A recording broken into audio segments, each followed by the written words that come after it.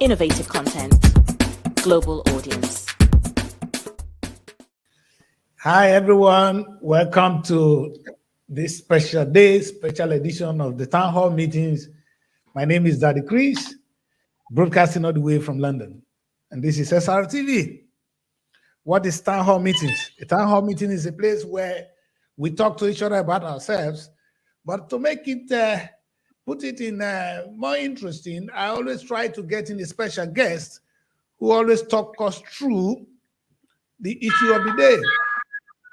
On today's edition, I went back home. For those of you that don't know, I am from Delta State. I'm an URHOBO man. So I'm interested in my own people, where we're coming from, where we are, and where we're going. So that's what we're going to look at tonight. And I have the privilege, the honor to bring to you, I couldn't get anything better. A professor is my brother. He'll be joining us tonight to tell us about our people, and tell you who we are as a people, where we're coming from, where we are, and where we're going. No other person can do this other than Professor Oghenerukebve Eghagha. But I'm not going to bring him yet. Just before I get into the rhythm, I want to show you what the URHOBO man is. So I'm going to play you this wonderful tune, and when we come back, we'll be romancing with Professor all the way tonight. Right now, enjoy this tune.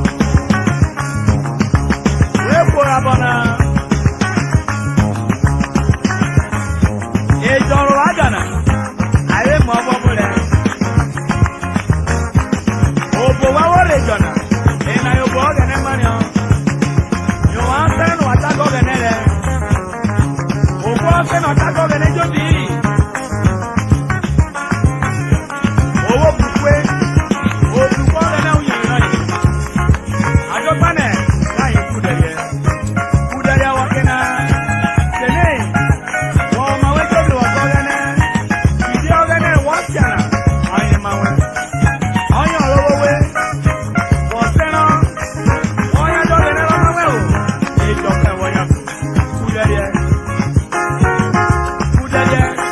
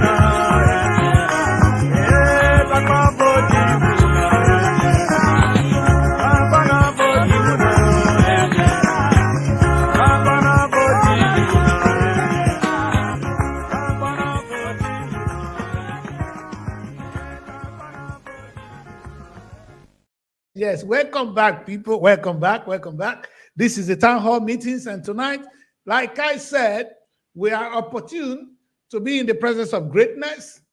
We are indeed in the presence of greatness.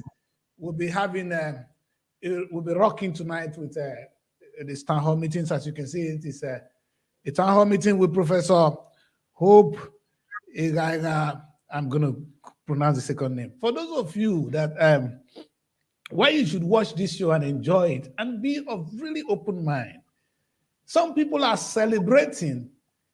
In fact, the oldest book on earth happens to be the Bible, but actually the Bible is the story of a particular tribe, a particular nation, an ethnic nation called the Jews. And what is really interesting is when I see people, in fact, my mom went to this other church before she died, and they all claim to be Jews.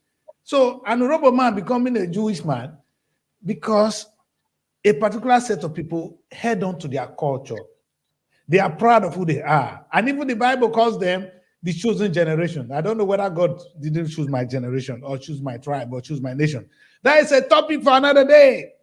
But right now, ladies and gentlemen, I'm bringing to you a professor, Professor Hope Eghagha. He is a senior lecturer at the University of Lagos, Akoka.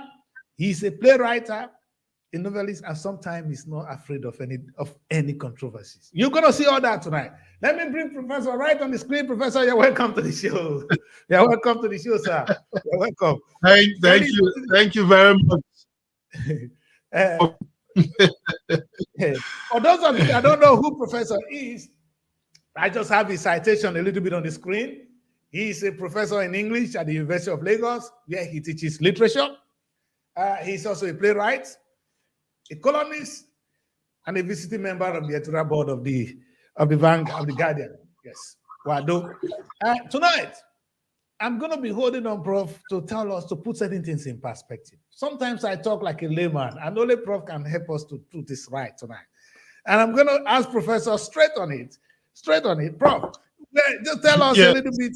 Happy New Year to you, sir. Happy New Year first. Thank you. Happy New Year to you. Happy New Year to everybody. Thank you. Sir. Yes, sir. So tonight, sir, I know you are my own person, and just for those who are wondering, who are these people?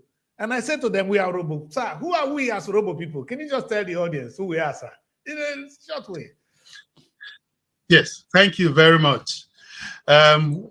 Good evening or good afternoon, depends on where you are in the globe. I'm happy to be here. It's a new year we are in, 2023, for which we are grateful that we are alive. I mean, because now one has to appreciate life itself. Yes. URHOBO people are an ethnic group in the state. 36 states of Nigeria. Now they are bound together by their language, culture, more than a territory.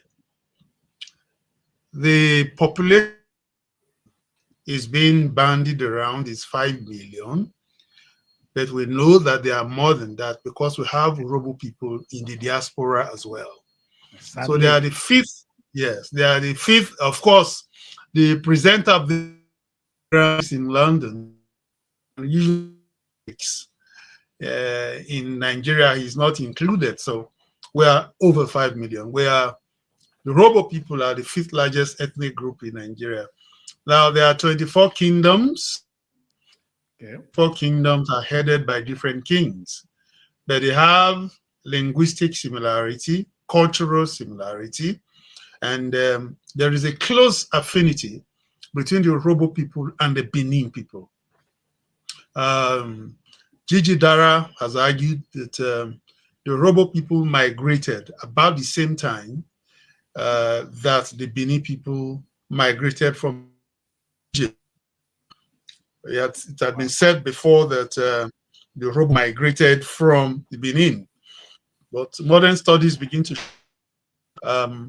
the migration took place from Egypt. Some people stopped in Benin. Some moved on. Okpe moved on. Agbaro, Isoko, they all moved on. And today they occupy 24 kingdoms in Delta State.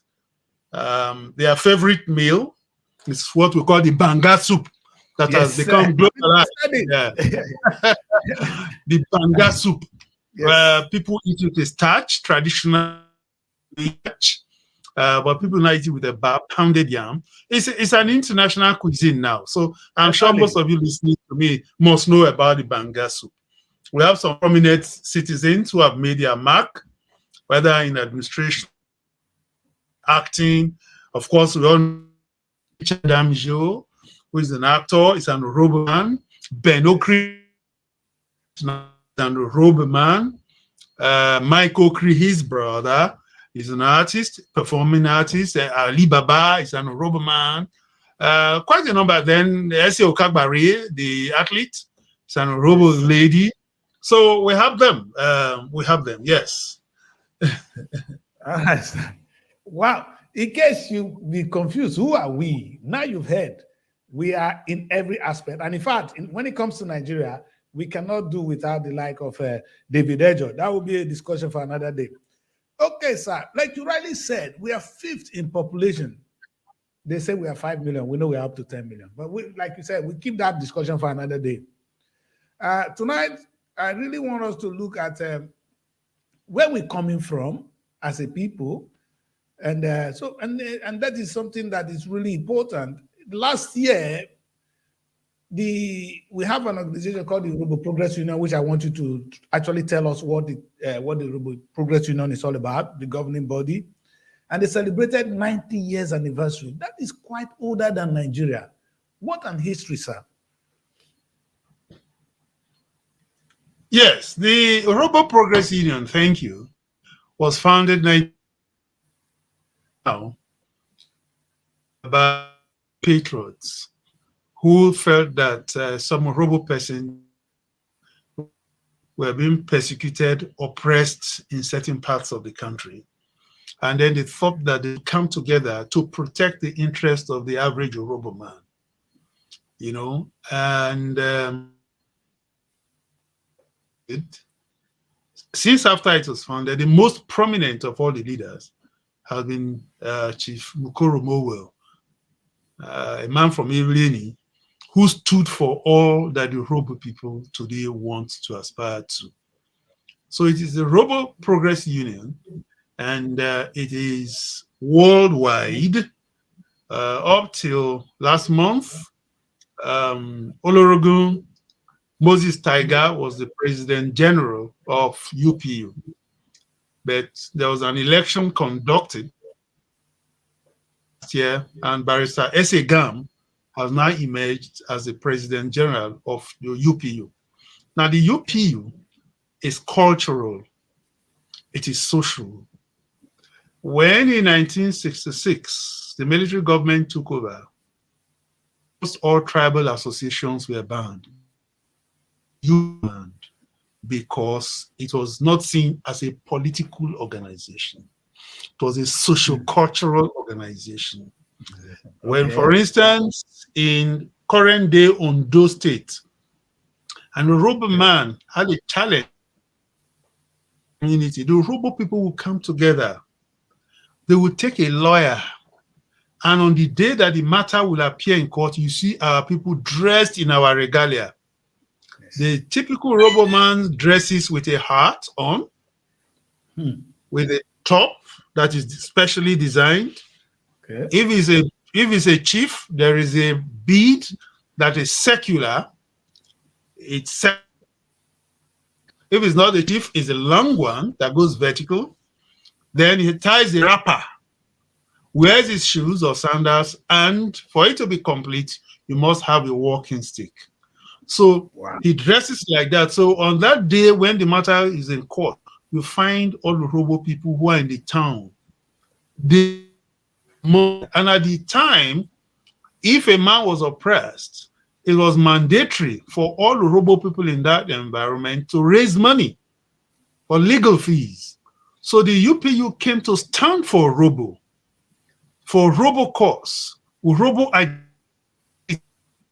protection of the individual, growth of the homeland. It was also preached to our people that, look, you must remember where you come from. Yes, you are in Korende, Ondo State, you are into palm oil, palm fruits, you are in Lagos, you are trading, you're doing timber, you are in Jos, you are into iron ore, mining, but remember that you come from Urhobo land. So the UPU became an umbrella social for all Urhobo people. Wow. So, although they look, you know, the Nigerian network is always off and on.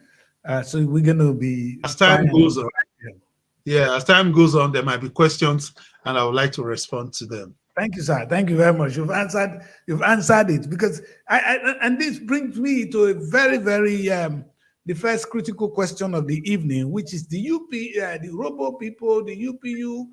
We now know we are 90 years old, quite an old organization, and we are fifth in population.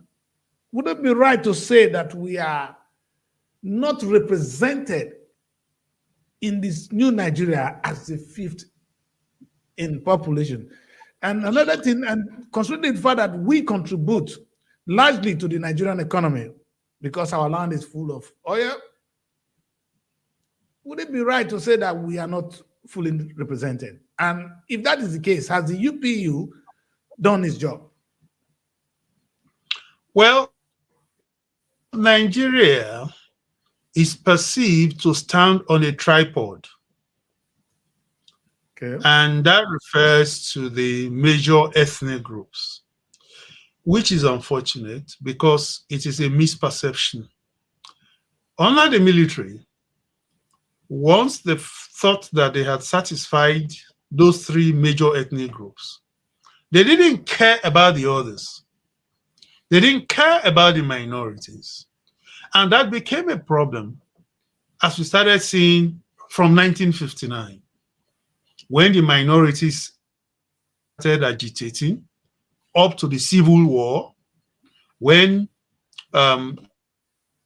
Borough declared a republic in the current River State.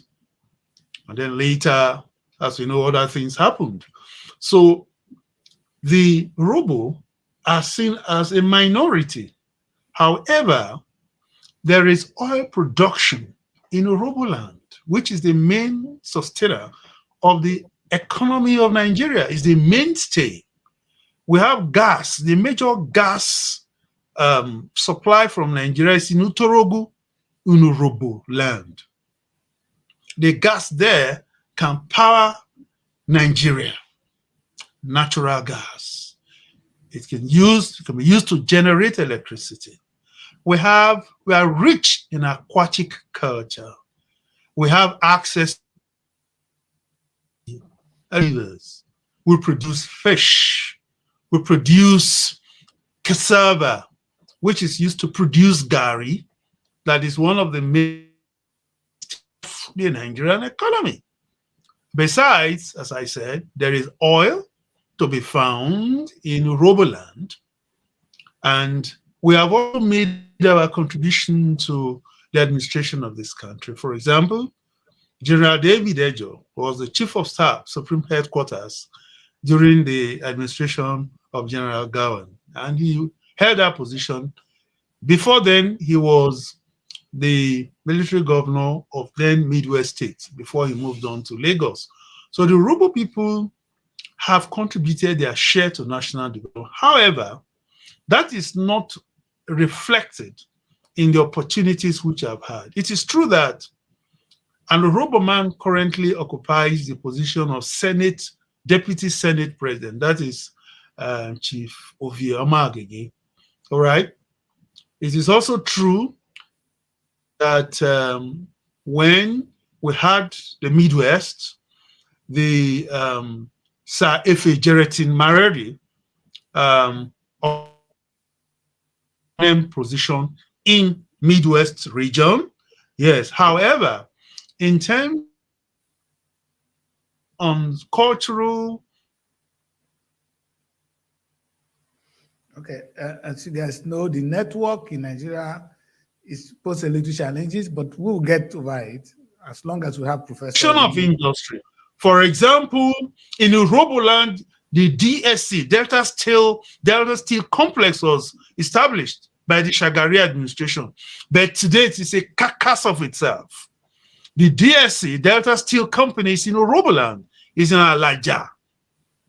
Under the 10-year, 20-year, 30-year rolling plan of the government at the time, by now the DSC ought to have been full-fledged, producing material for the mill in Ajaokuta, but it is moribund at this time. So you can see that the URHOBO people have not gotten a fair share of the development of Nigeria. Yes, sir. And that is sad, really, because if you imagine that we as 15 population, we don't have a state of our own, so to say. The only state capital, which they call Delta, the capital is actually in Asaba, which is outskirts of the state. What a level of oppression. But that being said, is it true that we, the URHOBO people, I'm not coming home, sir. We, the URHOBO people, with all we have contributed to national growth and development, that we've not gotten the first share, amen. But what are we doing about it? Could it be our fault that we refuse to come together to plan and get things right, sir? I don't think that the URHOBO people are basically different from any other ethnic group. Among the young people in URHOBO land, there's this misperception that the URHOBO people can never come together. It's not true. You may think that in the north they are homogeneous. You may think that in the southwest they are homogeneous, or in the east that they are homogeneous. They are not. There are differences. There are political differences. There are social differences. There are cultural differences. There are political parties. So I don't want to subscribe to that narrative that the URHOBO people are not united. That not united, that they have not got their fair share of the national cake. It is simply because the major ethnic group don't want the minorities to get their fair share. No British space for us. Yes, when they sit, when they plan. I used to sit in a meeting with a former chief of army staff who said that when they were in government, incidentally, that man is a minority group. He said he would be at a meeting and his bosses at that time would say, once you have pleased Igbo, pleased Yoruba, pleased Hausa Fulani, that's it. And he wrote a book, The Federal Republic of the Nigerian Military. You know, this is documented. Yes. So they pay, and we, the minorities, have to start jostling. You can see in Benue State. Yeah, for those of you just joining us, that is Professor Oghenerukebve Eghagha. He's talking us through in Nigerian state. So we must fight. If you don't fight in Nigeria, if you don't struggle, when they are shutting the door against you, push the door open and force yourself in. Wow. So it is true we need unity to do that. We need a common voice. We need to identify that goal. Be that rallying point. It's that rallying body that can protect, that can project URHOBO interest. You know, so we need that unity, really. Definitely, and that brings us to now. We're coming home. We're coming home now, sir. Because perhaps I'm going to come back to that later. You mentioned when you were talking the individual talents in the URHOBO nation. So maybe one of our major problems might be unity, because we have in the entertainment industry, we are there. Politics, we are there. In academia, we are not left behind. In sports, you just mentioned one of our daughters. So we've been there, and we've been there for Nigeria. It's just that we've not been able to, like you said, to push our head out there and they see us properly. But so that being said, let's look at today. This year is 2023. Is the day that Nigeria decide. It's a year that we decide the next president of Nigeria, and most importantly, the year that we will decide who will govern Delta State in the next 4 years. Fortunately for us, on the ballot right now, on the major political parties, I don't think anyone else, they are all URHOBO sons and URHOBO sons fighting for the #1 seat in Delta State. How prepared are we as a people? Or how are we really approaching this opportunity so that 4 years down the line, we know the Nigerian business now. Once it goes, now it's going to be with us. If it goes, it goes. What are we doing, sir? Or what can we do to maximize this time that our son will be the governor of Delta State? Yeah, thank you very much. Let's see. Yes. We are with you, sir. It's just unfortunate that the network is waving a little bit, unfortunately, and he is quite in Lagos. So that's supposed to be. We did a test run. It was, yes, I'm with you, sir. Yeah. Okay, yes. That we the URHOBO people are grateful that at this time, parties in Delta State are agreed that power ought to gravitate towards the URHOBO. So the major political parties, even they have all produced URHOBO candidates for the governorship, whether it is PDP, NNPC, NNNP, or whatever. I'm not too sure now. Labour, they are all SDP, they are all URHOBO. So the URHOBO people are proud of that. Now, what the URHOBO people for some reason, we win. Yeah. Go on, Head or tail, we win. Yes. Can you hear me? Yeah, we are with you. It's just the network is waving sometimes. We're with you. Yeah, yes. I feel it here. Before not stable sometimes. Head or tail, all Deltans are going to vote to URHOBO. All right, and the URHOBO people are very much in that. It is true that not everybody will vote for one party. That is very plural democracy. We accept that.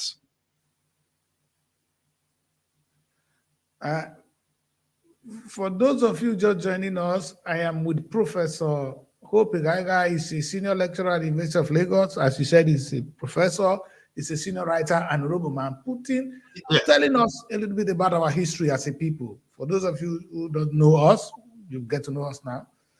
Yes, our position in Nigerian politics, how we've been neglected, and what we're about to do. Unfortunately, the screen is not been very friendly with us because of the network in Nigeria.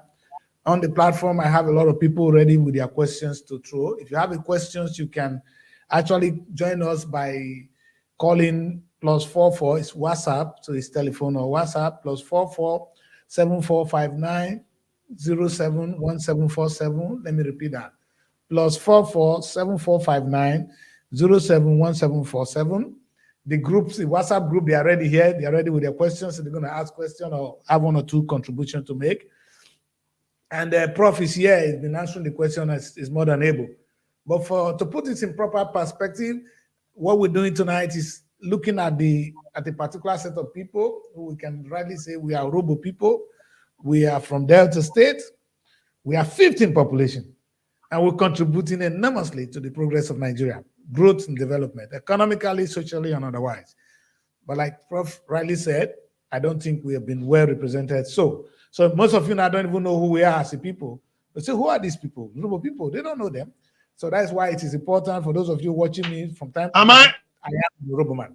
So to go on this, I'm going to allow Prof to just weigh in on this last bit, and I'm going to allow questions to come in.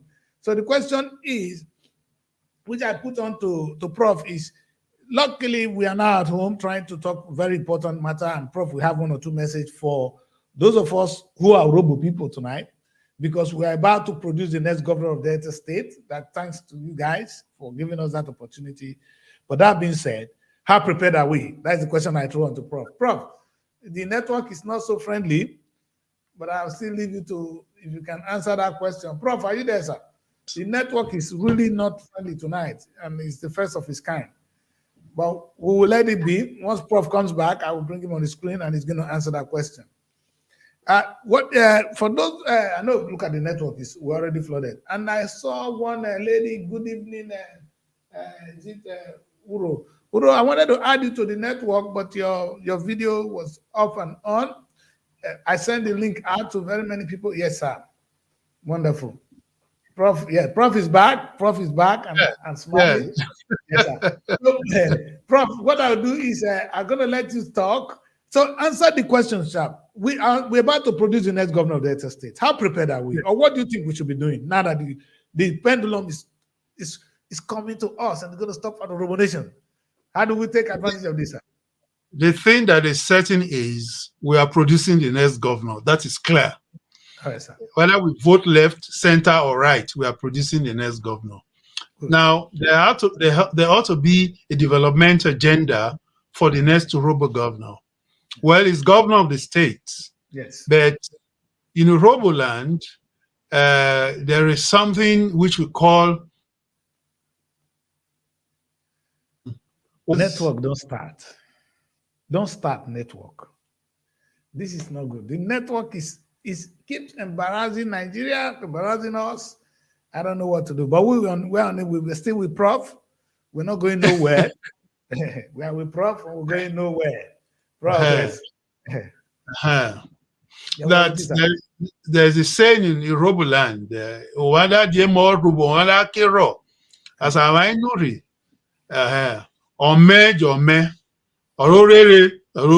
that is what belongs to the community is the community, but mine is mine. You know what I mean? Yes, so when we are going to produce a governor, he must have a general development plan for the entire state. But the URHOBO people are also focused on major milestones that should take place in URHOBO land. That Wari, for instance, Sapele, Oghenerukebve, Eghagha, Abraka, and Agbaro. These major towns should be given, especially Sapele, should be given the kind of facelift that they require. Sadly, the kind of politics which you play, Vendal, is persons who are in power tend to focus on their own ethnic group when they take power. You know, it's not healthy, but that is what is practice. That is what is obtainable here. So the next governor, yes, will encourage him, govern the whole of the Delta State, unify the state, yes, make sure that there is general development. But there are certain special requirements in URHOBO land, and we must not miss those. There are URHOBO persons putting together an agenda for the governor, yes, focus on the state, but there are certain things you must do for URHOBO land, yes. Definitely. That is where Prof is, like he said, Prof will always fight for the whole nation. He fights for Nigeria. He fights for the whole of Delta, but he's still an URHOBO man. And that's Prof. I'm going to bring you before I let you guys come in. I know you guys are eyeing me, Dr. Chris. I'm going to let you in now. But before I let Prof, I've released Prof. Prof, there's this new there's something you release out there, sir. And I was looking. I said, wow. As world is celebrating Pele, who passed on, you did remind Nigerians that we had a footballer by the name of Fregene. He was our goalkeeper. And nobody's talking about him. And I don't know. And what a word timely it was, so because I remember in those days we were very tiny. We're very tiny. We said Fregene. You know, it was a thing of that. But today the man is down, going through a lot, sir. And nobody seems to talk about him. This is Fregene there. I thought we could make the screen better, but that is it. So, sir, how come that why did you talk about this? Let's just talk about your creativity first. That is Prof for you. Are you there, Prof? Okay. You see what I'm talking about? Some of these things are quite difficult. For your information, Prof only made mention of, let me just say this. Prof only bringing this controversial issue. He said the world is celebrating Pele. King Pele, Pele of Brazil, he's what he has done a lot. But what about those who have done a lot for Nigeria? E.g., Oghenerukebve was our goalkeeper in Nigeria. Those of you who are young, you will know who I'm talking about. But if you listen well, like Bomali say, if you listen, there's a natural mystic man in the air. All right, when Prof comes back, once the screen allow us to bring him back, once the network allow us to do so, we're going to allow other people to throw in their question. But I know he meant well. He only wanted to see if we can raise one or two things for the man who is now on the chair. I'm going to let Prof in to quickly talk about that. If Prof have anything to say about him, and then I will let other people throw in their question. Over to you, Prof. Are you there, sir? Oh, yes. No. Oh, yes, I'm here. Okay. You see, about Peter Fregene, I grew up in Sapele, and when Peter Fregene was the national goalkeeper, we were very proud of him, that this is one of us, because Sapele was owned by the Okpe people, but it was cosmopolitan. We lived with Bini, we lived with Yoruba, we lived with Igbo, we lived with the Shekiri, you know, so it was a highly cosmopolitan town, and anybody from Sapele was a friend, was a brother. So when he was on the national stage as a goalkeeper, and they called him the Flying Cat, we were very proud.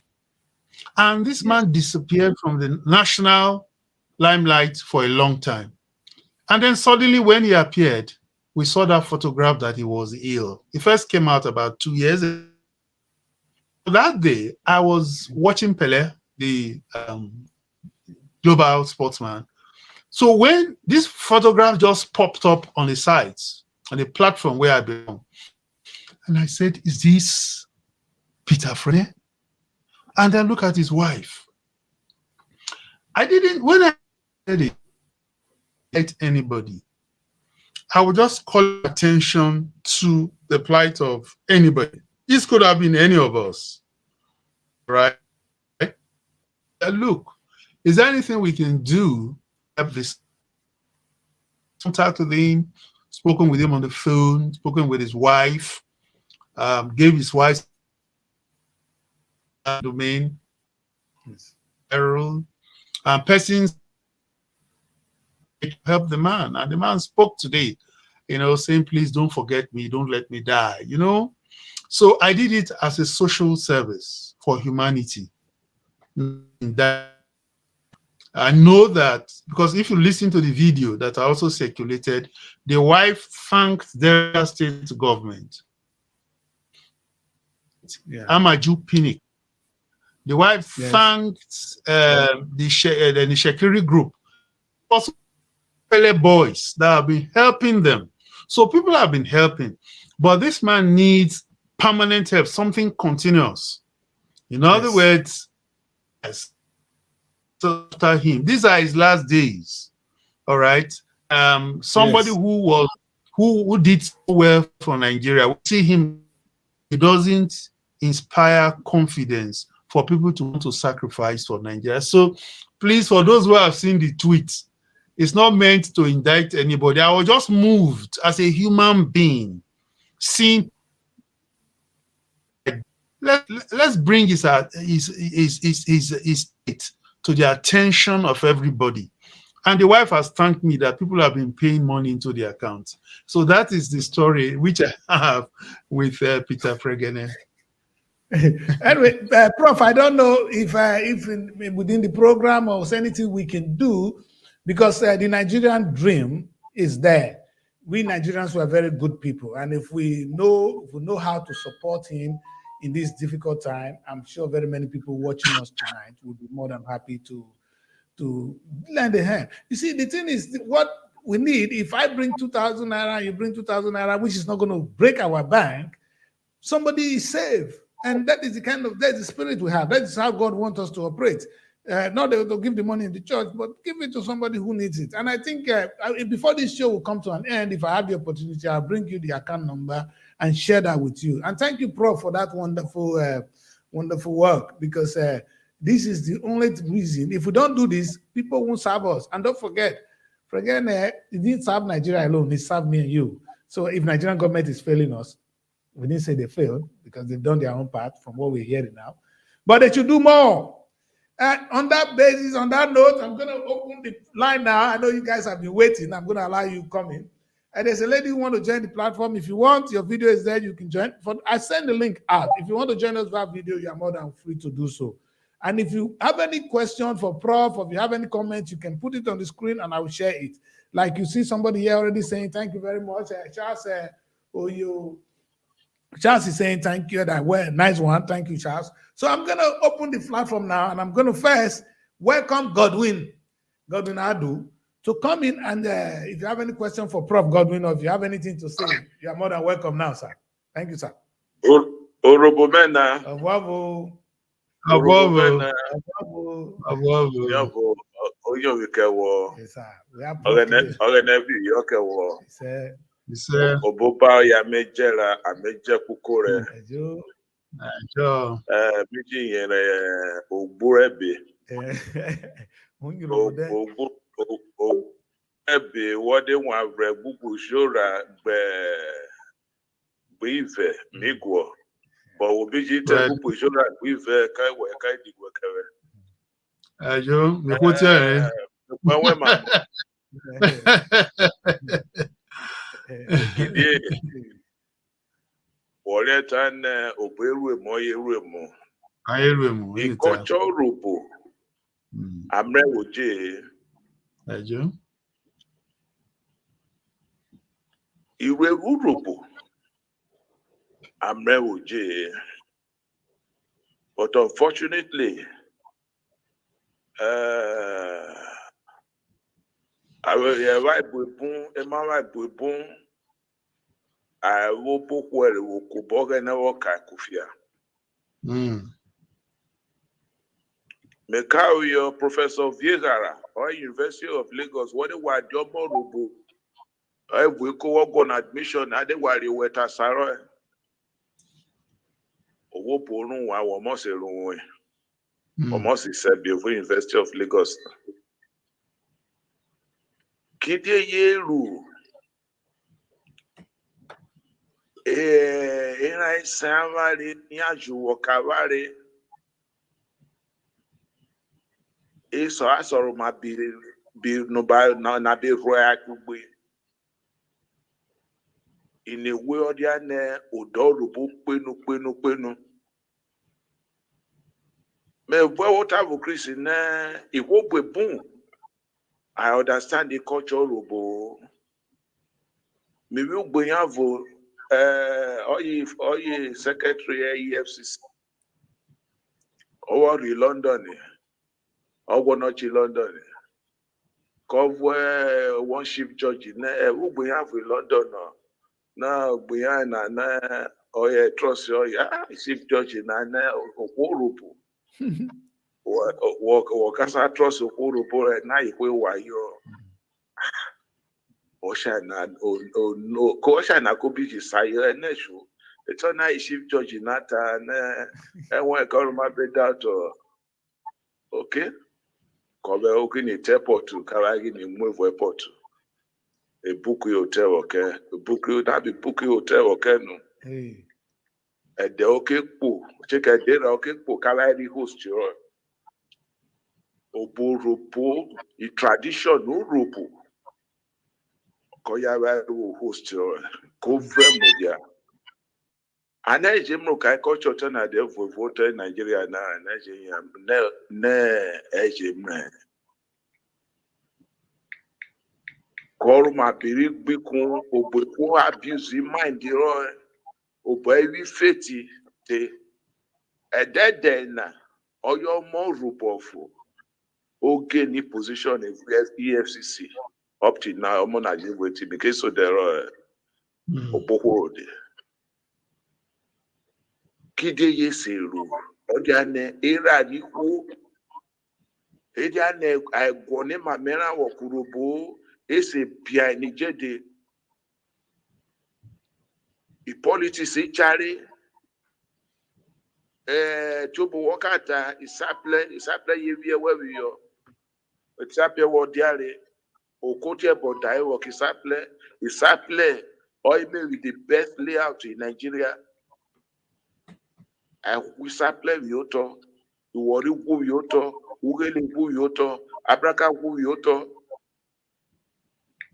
Comment il dit de voir vos total robo. I say robo for the past many years. Kideye seru oyotana oyi question me go no oboy seru or men or there politicians women a few I miss atrocities so right a commissioners ministers na I do Bobby trust Urobo na because I didn't trust Urobo where commissioner the village you won't know was say when above the village na where a minister, the village you won't know, will say we are above the village you won't know na. So, Prof, Kidye Seru, Ehuri Sebe, Uruguebe, or dear one of Buebe, sa, Buebe, or I show my Kufia. You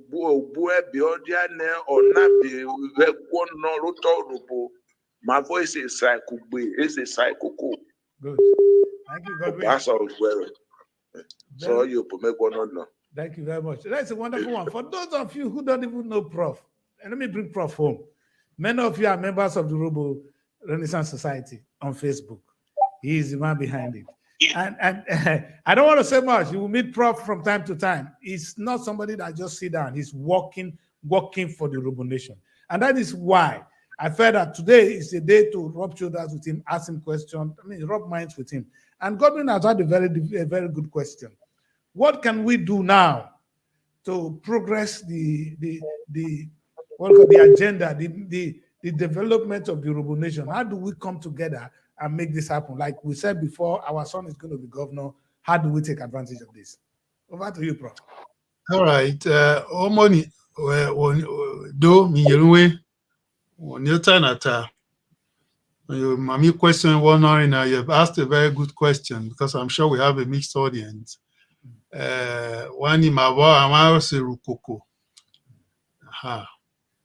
Ikpi school ni tsebe toba buebe. Aha. And especially those who have not compromised themselves. Yes. One thing is to come together in different associations. That is why we started the URHOBO Renaissance Society. We have it on Facebook, where we have over 36,000 members. We also have it on WhatsApp, where you can say you have the elites. And then we believe we should develop an agenda for the development of URHOBO land. For example, we have done studies on agriculture. You see, we committee Kidia and CIB, what you call feasibility study on cassava, for instance, the derivatives of cassava. That cassava has about 1,000 derivatives. There are 1,000 things you can do with cassava. Wow. Gari and starch are just one. Yes, yes. You can do a lot of things with up to the back of it. You can make chin-chin with it. You can make milk, something like milk with it. It works in the industry. It works in private homes. The major thing which we know in the URHOBO land, gari, rusi, all right? Make even in our own place, tapioca, popo gari. All right, so we have done that. But that we have also talked about our ogogoro, that ogogoro should be an international product. We have set up a committee. Amen. We have said, yes, we've said every year we meet in Okwagbe, where ogogoro is refined. Aha. We have said that we bottle it and make it into an international brand. We are proposing that any URHOBO event you want to hold, wherever you are in the world, put ogogoro, not snap, put that ogogoro, but we refine it to international standard, but it is ogogoro. We're thinking about that. We're also thinking about FDIs, all right, foreign direct investment, to see what factories we can develop, what companies we can develop in URHOBO land using our natural resources. We are thinking about all of those. And we are putting together documents that we can present to whoever becomes governor. So URS is non-partisan. It is for URHOBO. No matter where you come from, once you are governor, once you hold that position, we are ready to give you such information.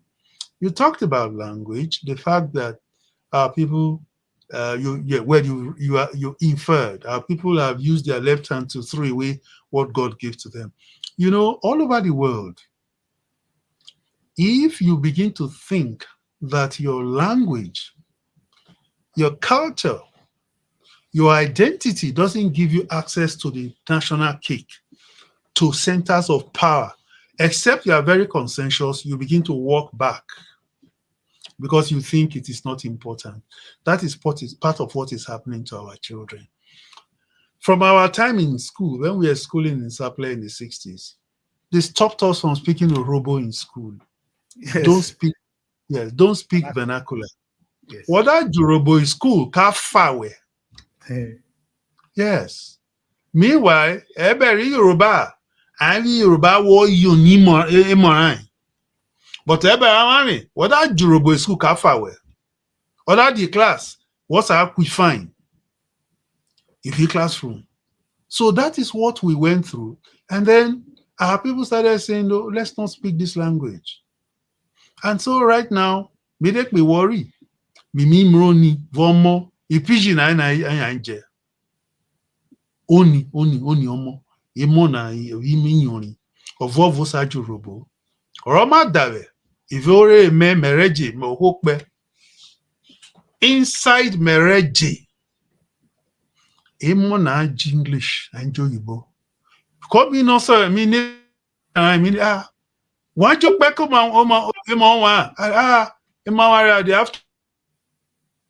they have to see what the world is, so they have to learn English. I mean, yes, answer you in English, but learn English and learn Okbe.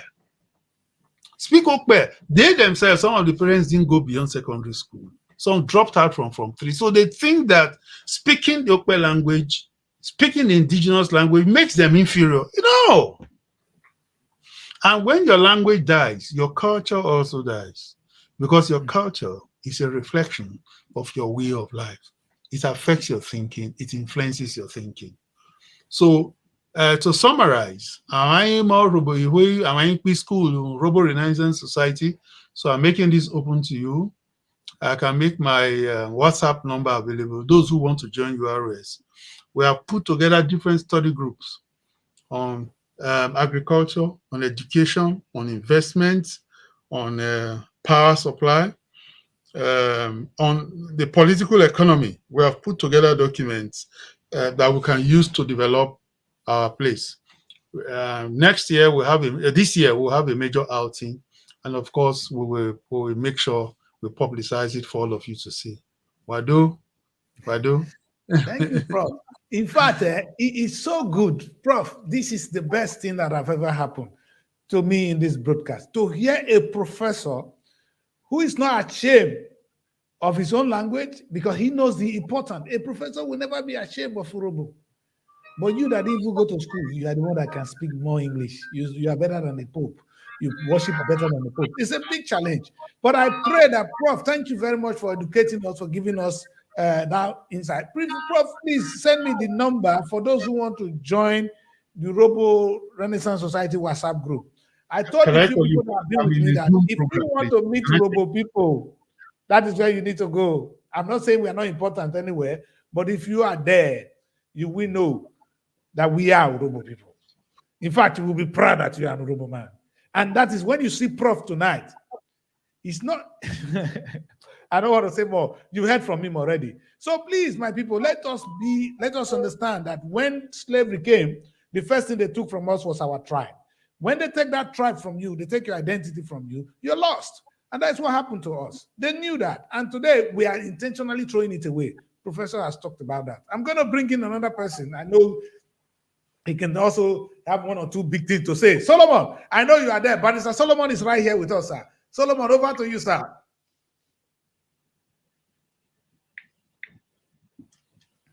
Mr. Solomon is right here with us. Solomon, over to you, sir.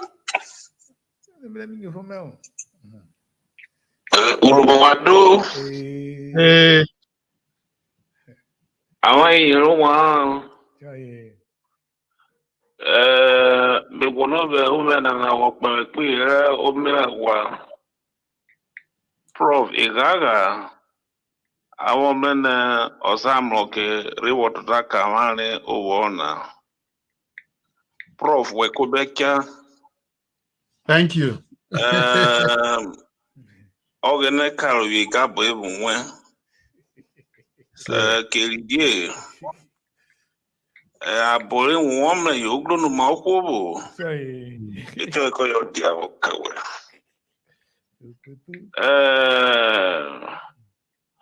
Mudia kubonya isi urubeju bi mudia kewe prof. Kidese na woriru kamari ona. Odi kweju bi se wolwe. Gbebula ya jurubo kufiawo. Agba karun winle. For kidie. I kid you benure ginege amewi prof.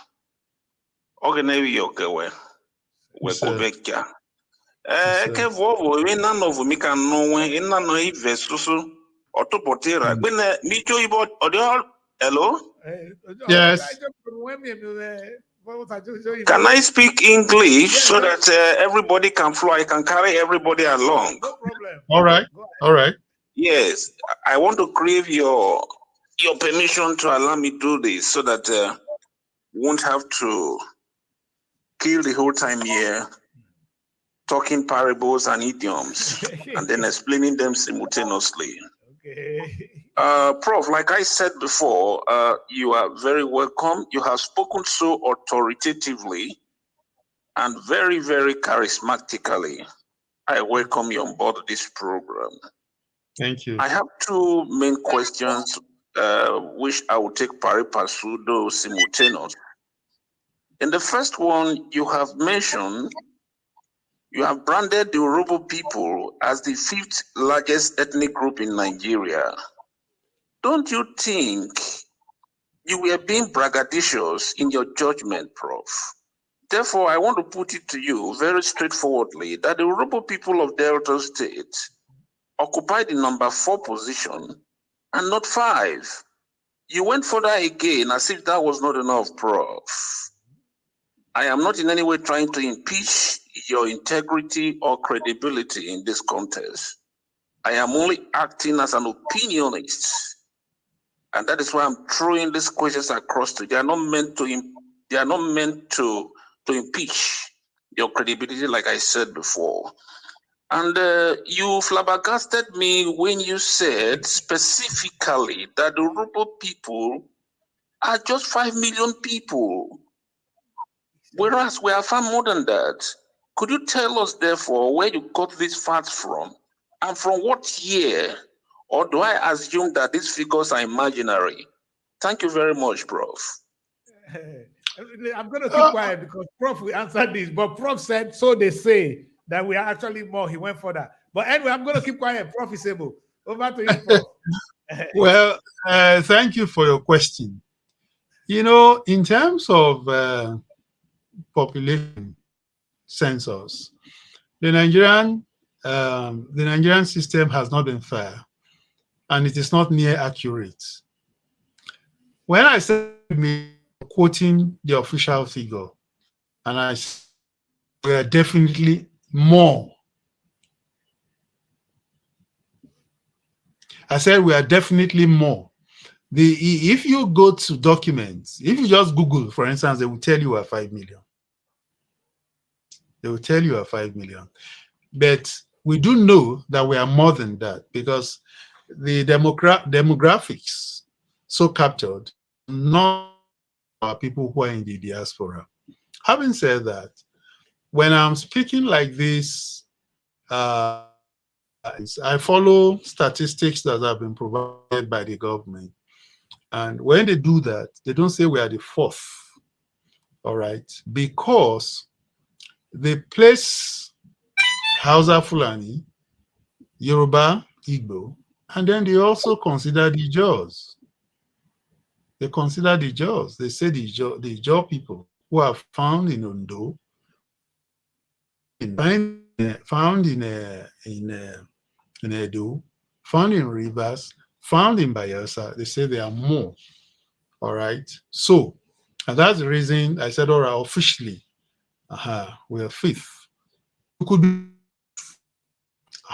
be fourth. However, the major point is, what have we done with our population?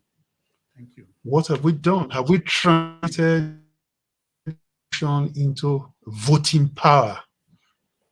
Because there is the power in the number.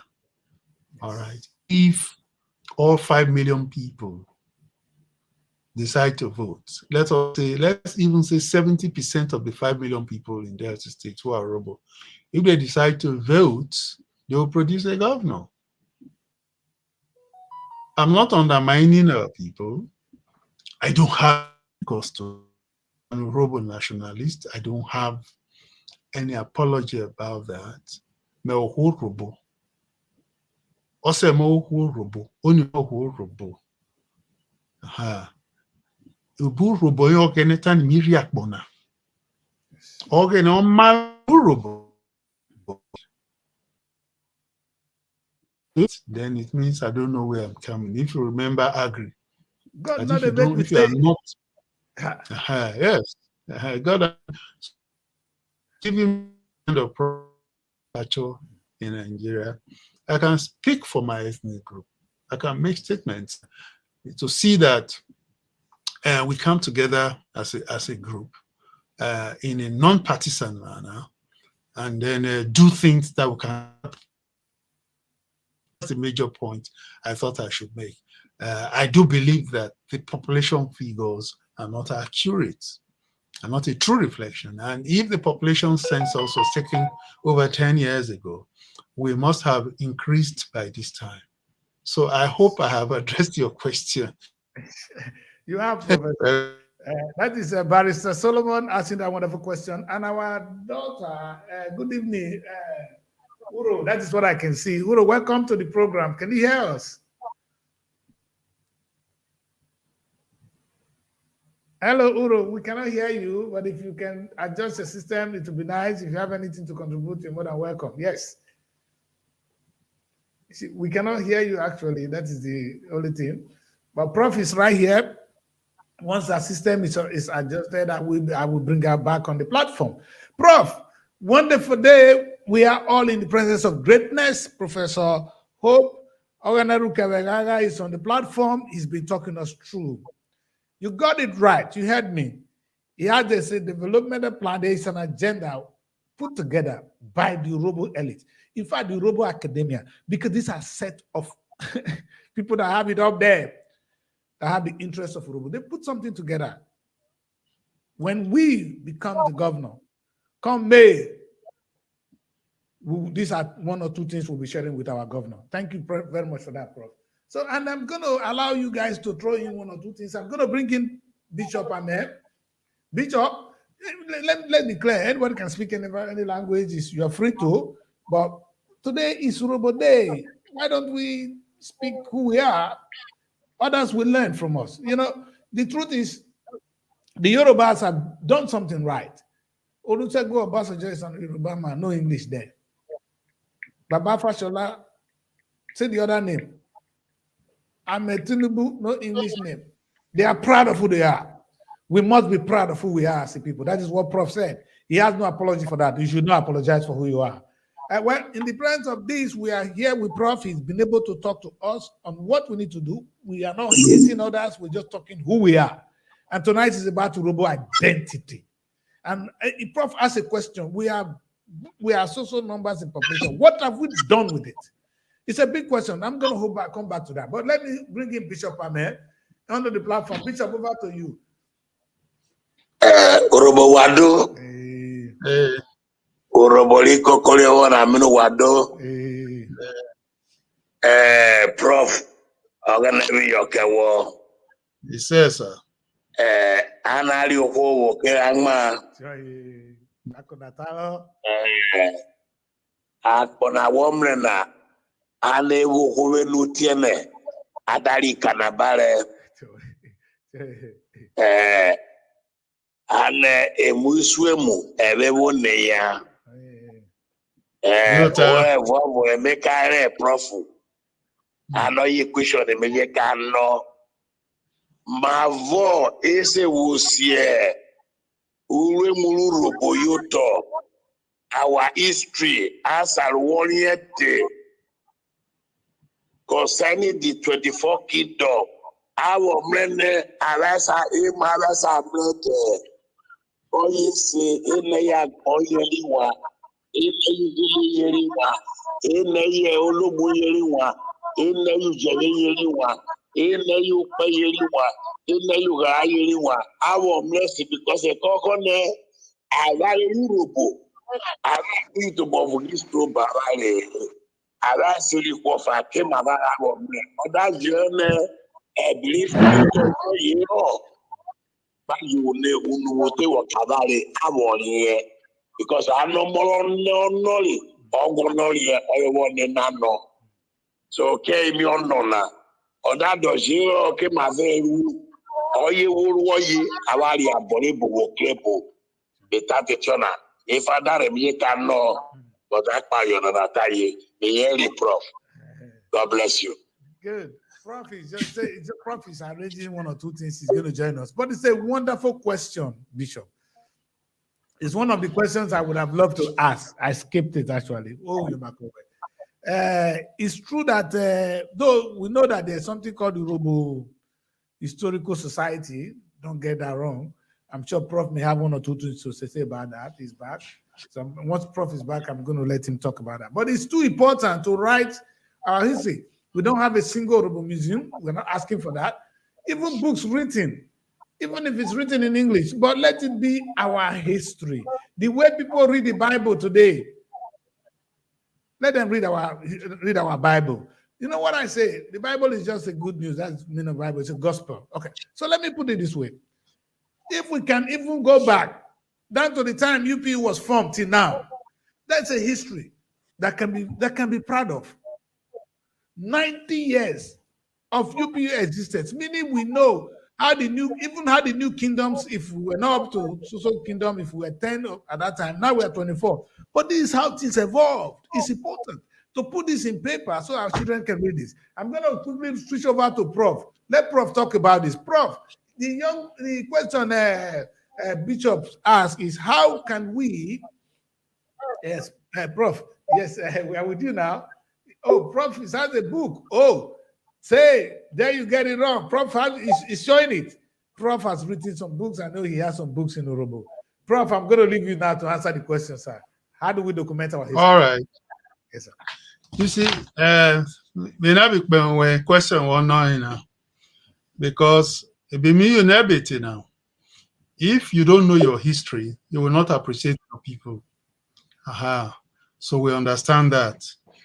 But it is not correct that our history is not documented. The first book I will refer to here is edited by Professor Onigu Otite, the URHOBO people. Now, this is the second edition. It was published first in 1982 and then reissued in 2003. You know, politics, it talks about that first, sources and writing of history without written records, geography of URHOBO land, a peep into the history of the URHOBO, issues in URHOBO historiography, talks about Ogwa, the diaspora, Ijere, Ogara, Olomu, Weru, Agbon. They're all here, okay? They're here. Then edited by late Professor Onigu Otite. So we have books. This one is edited by our profound late Professor Peter Eke, Studies in URHOBO Culture. It was in 2005. I remember I was a reviewer when it was launched in Lagos. It details our history. There are different essays. The introductory chapter is written by Professor Ike. For those of us who are in academia, we know the role Professor Ike played, in forming the URHOBO Historical Society. For instance, names, URHOBO names and their meanings, URHOBO naming practices, Okoro complex of names, traditional URHOBO religious life, URHOBO venture, monotheism. So we have all of this. Now, so the point I'm trying to make is that it's documented. However, it needs to be updated, with current happenings. We in URHOBO Renaissance Society have offered to give a scholarship to any URHOBO son who is willing to study URHOBO history at PhD level. Okay. Indeed, there's a young man. Yes, there's a young man whom we have identified. He's trying to get into the University of Lagos. And we have talked about it. When late Chief Ken Okpara was alive, we discussed this a lot, because he was working seriously with me on this project. The young man is Isaac Otomewo. We have said, go and do a PhD. And we had an updated version of URHOBO history, our clans, our culture. You can even go to the migrations. You can look at modern development. All right. So we have, once he gains the admission, we'll give him the scholarship. So we are working on that. If you go to DELSU, there is URHOBO Studies Association. There is a whole institute where they study URHOBO language. There is a department where they study URHOBO. Okay. Professor Mrs. Aziza is doing a lot of work there, along with Professor Sonia Wifada, Moses Dara. And we also know what Professor Gigi Dara has done for the URHOBO people in terms of documentation. So documentation is on. It may not be readily available because we don't push this into the public space. But work is being done. What we are planning is, once this PhD work is completed, we are going to turn it into a book, all right, as an authoritative history of the URHOBO people, and we push it into the market so our people can read and know that indeed URHOBO migrations took place. The URHOBO people have their own culture. They have their own way of life. They have their Eghagha. Yes. Eghagha, URHOBO. This will forbid. Yes, we know that some of the things that are happening in URHOBO land today, they amount to Eghagha. Yes. Whether the Okeju, whether the Oshari, what's a Yoko fashion? What do you return? Yes. Then emo every Yahoo na mi kwakpo, or we go Onyega Uruba wine. What are you are taboo. Yes. Not even court of law now.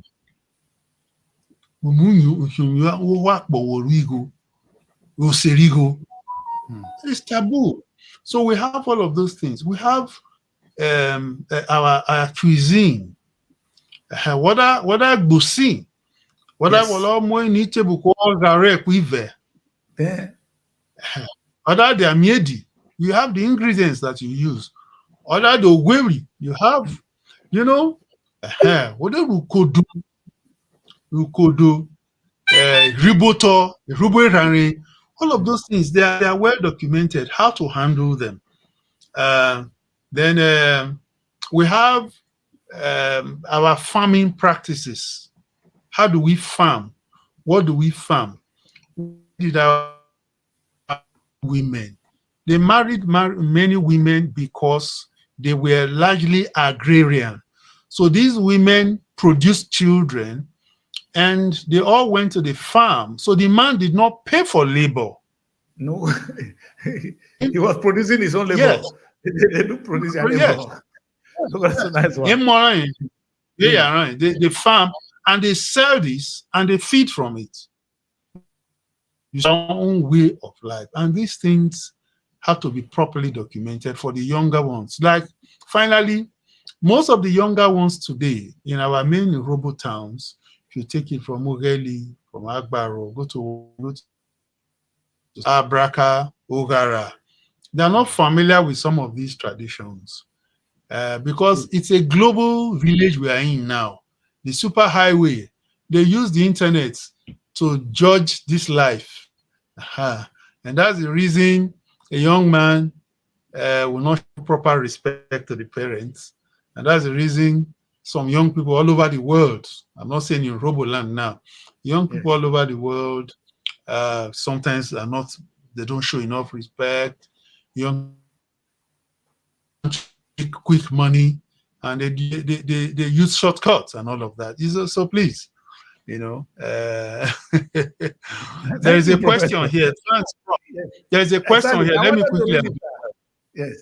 It says, thanks for the info about URHOBO documentation, which I also wonder myself. Please, how do we integrate URHOBO into our academic, at the academic level? We're talking of the primary school level. That is quite a yes, it is a challenge. Yes. Because first we need to produce and teach URHOBO. Sadly, in our major URHOBO towns, we don't have enough teachers. And then URHOBO is not included as one of the languages that are in the school certificate. I think they are just in the process of doing that.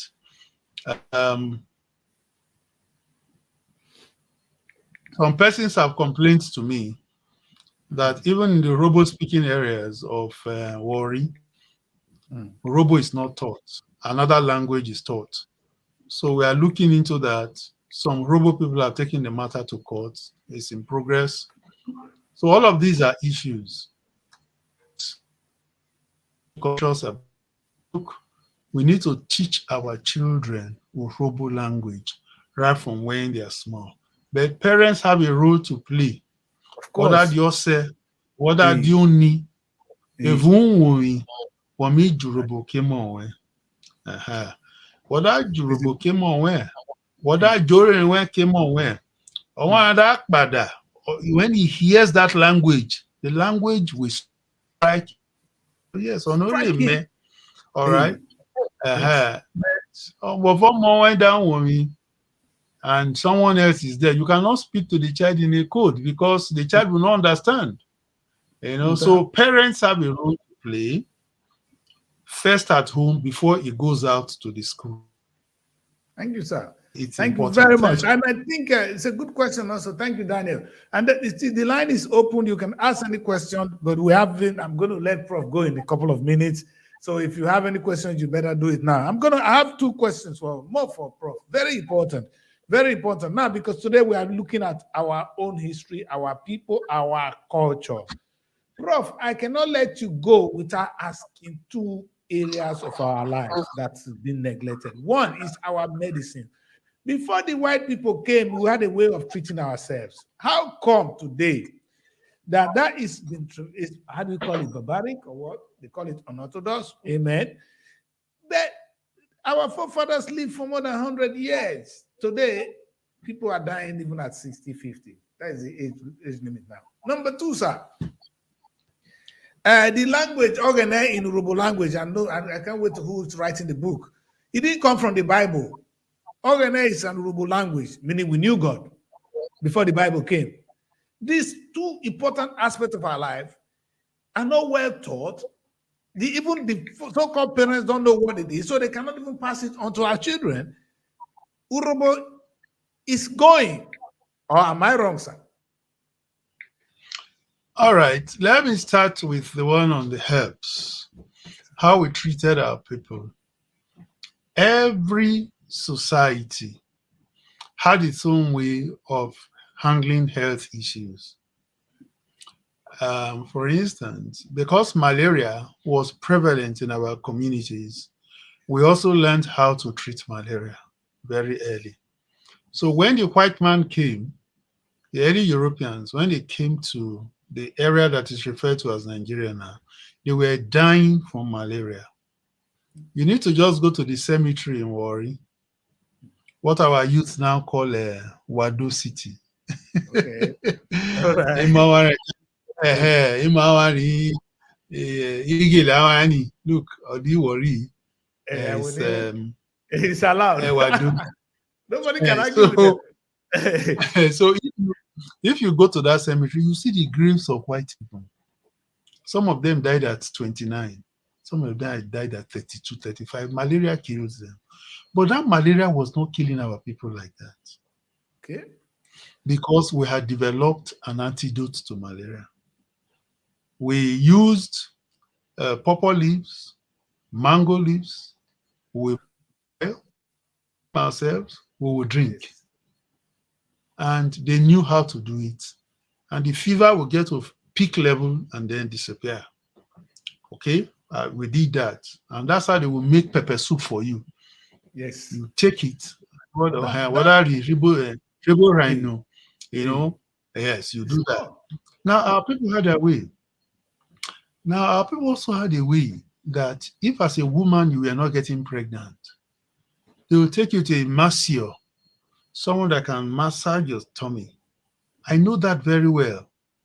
Those who are gifted, other URHOBO or Tevunwe will touch the woman.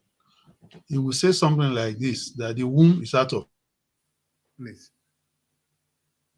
And I will say there's heat in the stomach. There's oriomo. No, you say something. Hey, the shade, you know, they say oriomo, something that eats the child. And they will make prescriptions. They will. However, they did not stop there. There was an admixture of the physical and the spiritual. Yes. Sometimes they consulted when they thought that the ailment was beyond the ordinary. Our ancestors did that. That this is an attack from evil forces. Yes. You know, our people had that. So they treated their ways. Now, what has happened is that, and it's not peculiar to us in URHOBO, you know, almost all, but those practitioners did not document those things. Some only passed it on to their children, and later those children were not interested. I know that there are herbs that when you're going to toilet, there are herbs that they just mix and you drink it and you go to toilet. Quick. Or you are stooling too much. Yes, you're stooling too much. There's something that there's an antidote. You take poison. Our people, I grew up knowing that if you take poison, they give you palm oil. Exactly. So we had all these things. Yes. Yes. Then bone fracture.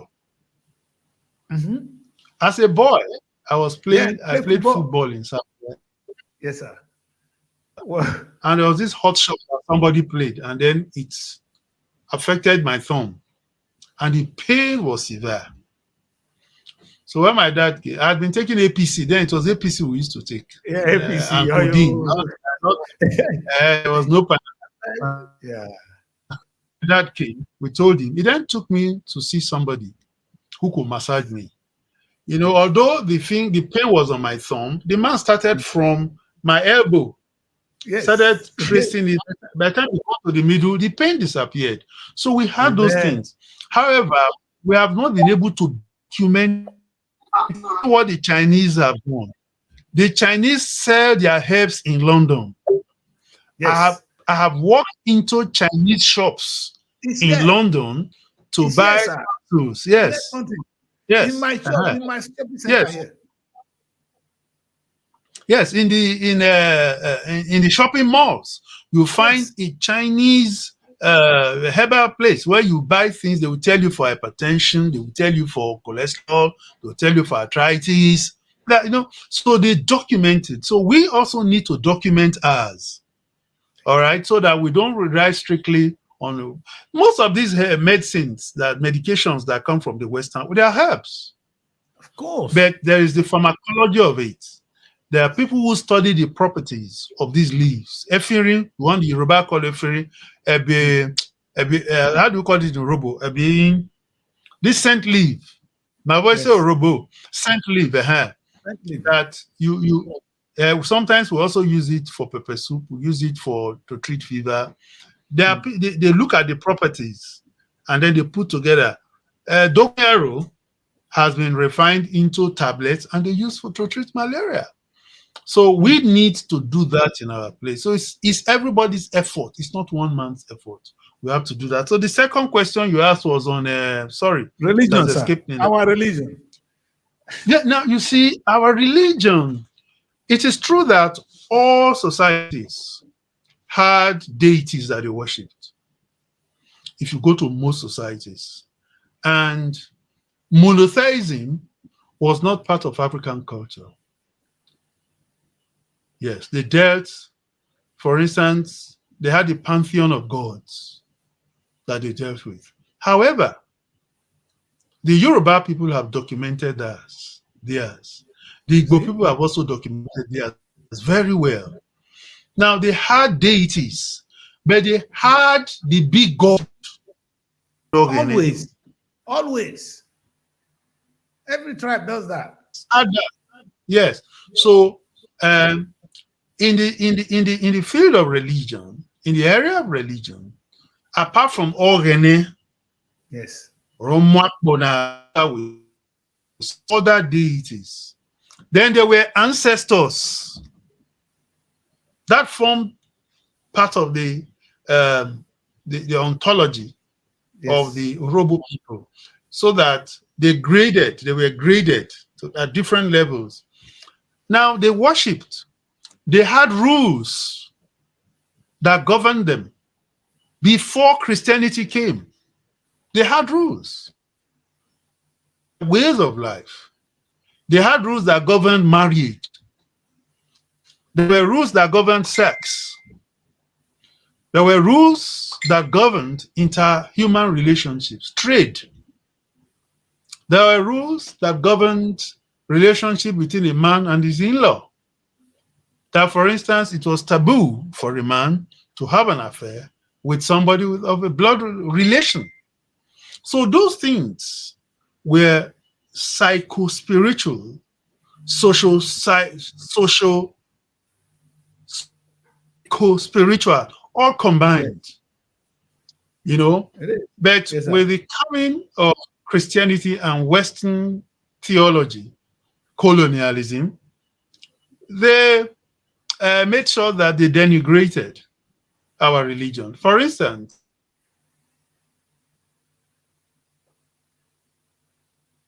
man or the Igbo man who carved a deity did not believe that that carving was the savior. Believed that there was a spirit in that carving, so that they did not go directly to Oghene. They had to, this carving is what they saw. So they will pray to that God through that deity. When Christianity came. Yes, bro. Yes, bro. We're with you. Yeah, Christianity, I don't see any difference within Christianity, because you have to pray Jesus to God. Is, you know, why didn't they pray directly to God? Why don't we say, oh, we don't need any intermediary? So when Christianity took roots, the average URHOBO man will go to Catholic Church and find the statue of Mary and find the statue of what they call saints. And so those statues became, mediators.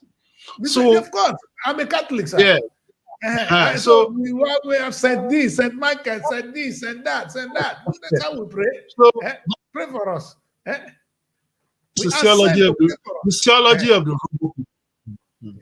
The sociology of the URHOBO people. What existed before that the societies had a way of apprehending God. There is hardly any society that thrived without acknowledgement of a superior deity. Exactly. It was there. I rest. Prof, before this is going to be the last question for the evening, if they let me, and for those of you who are touched by what Prof has put out with our former goalkeeper, Peter Fregene. The account number is on the screen, and there's a number to call. You can do that and contribute, save somebody's life tonight. Make the man, let him enjoy the last days. And if you do that, God will be blessing you. Because those are the things God expects us to do. God cannot come down to do it anymore. He's asking you to do it. That is when you actually do the work of God. I'll come to that another day. But I have short time with Prof, so I'm going to use the last one. Prof, the URHOBO man, like you said before, you said we marry more than one wife for the purpose of for economic reason, which doesn't make sense today in modern society. However, my concern is this: the Arab or the Muslims are allowed, they don't frown at them because their religion permits them to marry 4 wives. I don't know the difference between 4 and 10. As long as it's more than one, it's supposed to be against the law. But the West are not frowning at that. But when an URHOBO man picks more than one, he's already what? He's a man of old. Or what? How do you call him? So, Prof, is that not a shame, really? And I was reading one nice, beautiful piece on my WhatsApp, how the importance of actually taking a younger wife when the man is old, which happened in the Bible, and that unity of the home, they are all gone. This is not how we grew up. I know the women on the platform will be angry with me tonight, but this is who we are. Prof, I'll leave that to you, May I encourage our people to type in questions in the chat box? Okay, sir. So if you have questions, comments, type on the chat box. As I speak. Yes. Okay, somebody's asking for the number of the URHOBO Renaissance Society. That one is a very good one. And Prof, we must not leave the platform without having that, Prof. We need to have the number of the URHOBO Renaissance Society. If you send it to me, I'll send it out there so they can respond to that. The last question I asked, Prof, is a sensitive one. I know there are women. I'm not saying that yes, people are married wives. I'm addressing it. Now, yes, in the traditional African society, in the URHOBO land, it was allowed to marry more than one wife. It was a question of survival. As we said, it was largely agrarian, and you farmed. If you didn't work, you couldn't eat. And one wife, 2 children were not enough. So the number of children you had also depended on your output. So some married 2, some married 3, all right? Yes. Some married 4, all right? Just went on like that. So it was economic, but it was also cultural, because if you had more than one wife, it showed that you were a strong man. Yes. Then, if you move further, our people have a saying, the people of my generation on this platform will understand. And that's a fact. Yes, that if you stay with one woman, after a while, and the libido drops, they say that, okay? For that reason, they then said you should take more than one wife. Now, the Muslims do that freely all over the world, even in America, in Europe, they take more than one wife. They may not declare the 4, but their wives, they arrange it in such a way because their religion allows them. In Nigeria, yes, Islam says 4 wives. When the man sees that there is another woman, he divorces one and he adds another. So there are 4. Yes. Now, it was at that time crucial for survival. It may not be so anymore. However, there are certain circumstances that make a man take a second wife. For instance, you marry the first wife, and for some reason, she's not producing children.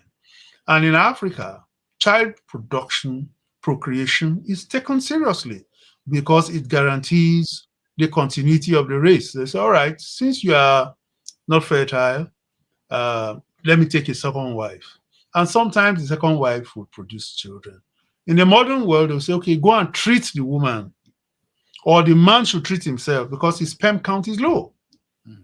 All right? Or The other step which modern world now does is say, go and adopt a child. Yes. Okay, they say adopt a child. So that is the Western concept. Is there. Again, it depends on the choice of the man. Then finally, it is strange. I know I'm talking to a global community that the Western world, the whole Igbo really, and I there. But church mera GKS what's area? That's what we do. We preach that. It was founded by GM URHOBO. Says that the Bible is not against polygamy. That if the need arises, if you can cater for them, marry. Now, if you Ibona, you can't take 2 wives. If you took 2 wives, they won't give you a communion in church. However, yes, sir. Go to prison. Right now, they are saying that 2 men can marry. Yes. Wonderful. Can marry. Yes. But when they came here, they were condemning us for marrying 2, 3 wives. But they are now telling us that 2 men can marry. If I cannot marry 2, 3 wives, why are you saying that 2 men can marry? So that's part of the conflict which is going on in the world today. I am not condemning anybody, but I'm also saying nobody should condemn our culture. In the modern world, our girls don't want a second woman in the house. They don't, because it comes with all kinds of. Most people who grew up in polygamous homes, they will tell you the challenges that they went through, rivalry, and all of that. They didn't say the advantage. It's only the disadvantage. No, they won't. Yes. Yeah. In traditional African society, they said, well, we may say you don't have half brothers. Your father's children. It was part of expanding the population. Yes. All right. So again, my final word is individual choice. It's individual choice. If a man wants to take a second wife and he thinks that he is capable of doing it and that's his choice, I don't judge him. If you say you want 1 wife, I also don't judge you. But our culture as URHOBO people allows you taking a second wife. So Metatio, if there were questions on the chat box, I would have responded to briefly, Prof. And I just wish I can. I would throw a little bit light on that, on this what Prof said now. That even the English, if you follow the English legal system, they've created everything from the custom and tradition of their people. There's nothing wrong if we create some from our own custom and tradition. Anyway, the Nigerian government is now recognizing it as customary court. That is how they. So, in fact, we don't understand ourselves, and sometimes because of the way, when you tell somebody you are stupid, at the point in time the person begins to believe he's stupid. We are not really stupid people. We're good people, and we have a great culture. We need to uphold it. We're not saying, like Prof said, I didn't say go and marry a second wife, but do not be ashamed. Do not be afraid of who you are. No apology for yourself. Prof, I cannot think of. Oh God, Prof has done it tonight, and all I can do is thank Prof a lot. But before, I think I still want to bring back the issue of Oghenerukebve. I really want to.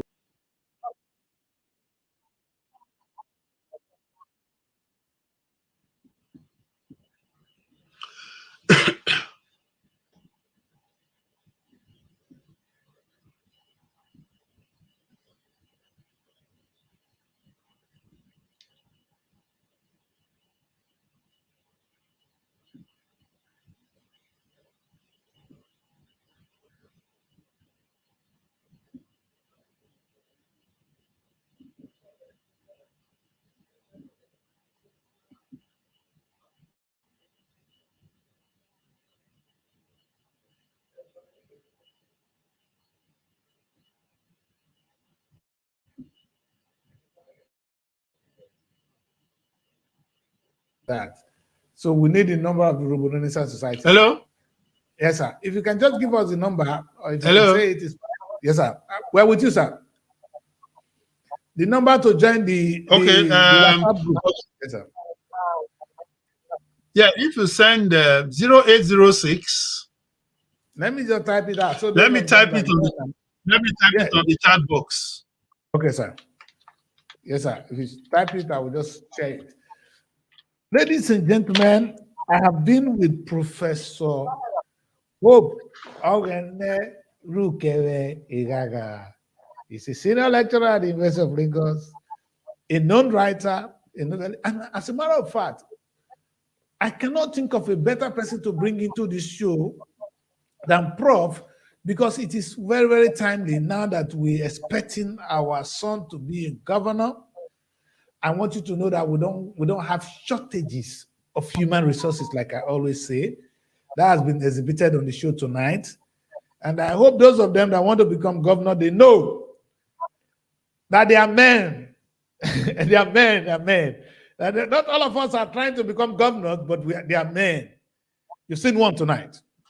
And I want to thank Prof for the hard work, for what you are doing, putting an agenda together for the URHOBO nation. And for those of you URHOBO people, please join this group so that you can add a voice to the development of URHOBO nation. Prof, I want to thank you again for coming. I want to share the number of this. If I have the number on the chat group, I want to share it immediately before I ever think of. I've not seen it, sir. I'll place it there. I've not seen it. It's not here. I can't see it on the. It's in the chat box. I can't find it because what last thing I have is from Bishop Ame. He said, "With the chemical food we are eating, the man cannot even go beyond one wife because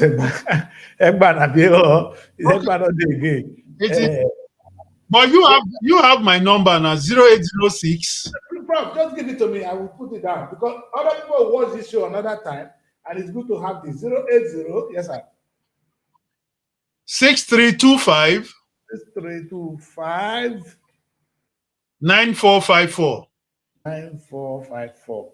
All right, that's the number, and I'm going to share it right away on the screen. This number is the Yoruba for the URHOBO Renaissance Society. I should have added it to it, but for those of you, it's my number. Yes. It's my number. Okay. But if you reach me on it, I will add you to URHOBO Renaissance Society. All right, sir. So that is Prof number. If you have any question with all we've discussed tonight, Prof is very open to talk to you on more about URHOBO culture. And thank you, Prof. Prof has come up, he has informed us tonight that there's need to train some people in fact, there's somebody who's going to do PhD at the University of Lagos, and we should all contribute to that, Professor. Anything we can do, at my platform, I'll be more than happy to announce the donation, so that if there's any URHOBO son really willing to study URHOBO culture, URHOBO language, that is one, and URHOBO medicine as well. Let the medical student do some, even if it's in their final, if it's in their dissertation or whatever, they should do some research on URHOBO medicine and all that. And so also are those people reading philosophy on whatever, so they can talk about our religion, like we've just talked about tonight. Prof, thank you so much, and God bless you for coming. And we're going to have you from time to time, Prof. This is just the beginning. The town hall meeting, yes, I prepared these town hall meetings, ladies and gentlemen, to prepare us for the challenge ahead of us. Election is next month. That is the presidential election, and then it will follow immediately with the governorship election, where we have an opportunity to choose the next governor. Are you ready? Are you prepared? Very important that we all get ready to do what we need to do, because we must be counted among the living. We are among the living. This is 2023. It's quite important that we get for that. And in preparation for that, I hosted Professor today to tell us about who we are as a people. Tomorrow, I will be joined by the UPU President General, United Kingdom. He's going to talk us through tomorrow is about the details of the UPU, what they can do. And you can see the synergy that if Prof and the UPU UK, if they come together, URHOBO will fly. These are, in fact, joining me tomorrow is somebody that taught here in the UK. That is our President General here. He's equally talented. So he's going to talk us through But tomorrow we'll be looking at the governance of the Urhobo nation, the governance of the Urhobo nation, how that can link, or how that can synergize, how that can partner with those in government to bring development to us. That is where I end the show tonight. And I once again, I will say to Prof, you have anything to say to the people? I will let Prof say that before I say good night. Thank you. Prof is already enjoying his spirit. Thank you, sir, Prof. We enjoy with you. Thank you for the time out. Yes, sir. Thank you for this opportunity to interact with our people. Oh, God. As a teacher, I must say I didn't get enough questions because yes. When next I appear, yes, sir. I will say I want to speak for only 20. Yes. I'll speak for 20 minutes, 25 minutes, and then take questions. And yes. Those who don't want to speak, they can type the question sent to you, and then I respond to them. That way it will be more participatory. But I want to thank you. Just remember your homeland, and let's see what we can do to develop our home country. Thank you very much. Thank you very much. That's where we end the show, and I cannot end the show without playing the Urhobo national anthem. So here we go. Urhobo,